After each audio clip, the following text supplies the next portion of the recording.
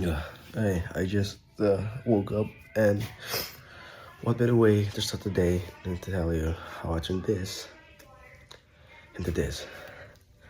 Let's go. So I took a little shower and I ate a little something, which is turns out a better way to start the day. Are you serious? So yeah, look, I posted this on my stories a few days ago. I really wanted to draw something, and I have like three options to use as an inspiration, right? There's like three comic covers. One is like a Better Way Bill one is the Amazing Spider-Man, and then one is an Absolute Wonder Woman cover. Which three of those I really like, but I didn't know which to choose. So I did a little poll on my stories, and the Wonder Woman one just a teensy bit over the Spider-Man. Okay. After the Wonder Woman one, I just went into work immediately. Okay, first things first, the best way to know where you're going is to know where you're from. So I basically did a little thumbnail of the original cover to get a sense of what the cover is about. And the thing that I really love about this cover is that it captures the moment right before the action. It's not before the action, it's not in the action or after the action, it's right before the action starts, right? It's this amazing cover drawn by Hayden Sherman. Like, Diana hasn't swung her sword yet, she hasn't jumped, she hasn't like do anything, she hasn't, the action hasn't started yet. It's about to start, which I really love. So knowing where I'm from, knowing that's the reference that I'm taking, I have two options to use.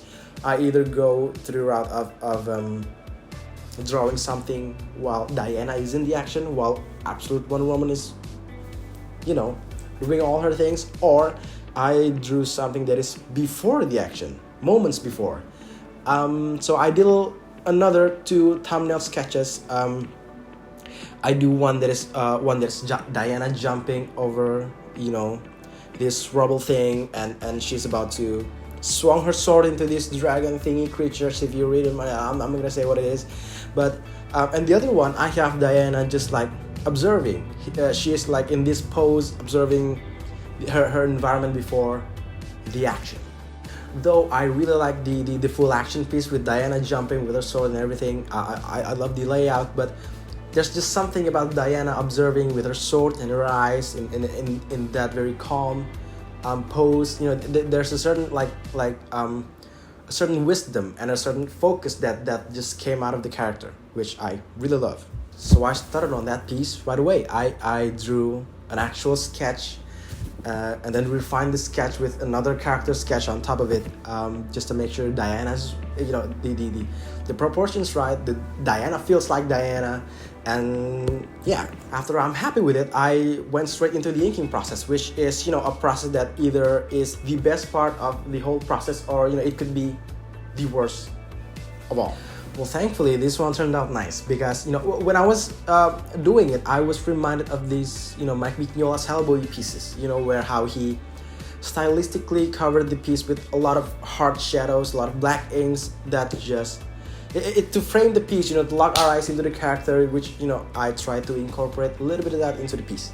And as you expected, the next step is, coloring the piece, which I'm not going to go into, the whole process, which, because the video is gonna get too long, which do leave a little comment if you do want to know how things. We don't care. But yeah, I try to do this very atmospheric framing backlit character thing with the whole piece, right?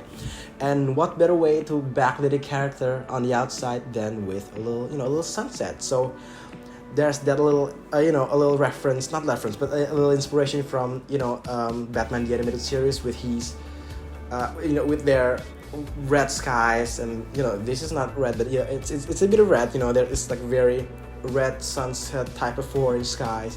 And then so I finished the piece. I put it in Photoshop to do a little color grading thing to make sure it blends, the characters with the background, the creatures with the atmosphere, the skies and everything.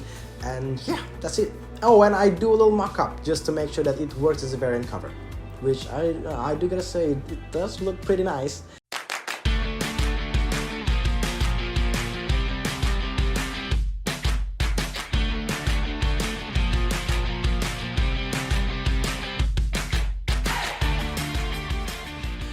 But do leave a comment on what you want me to do next or draw next.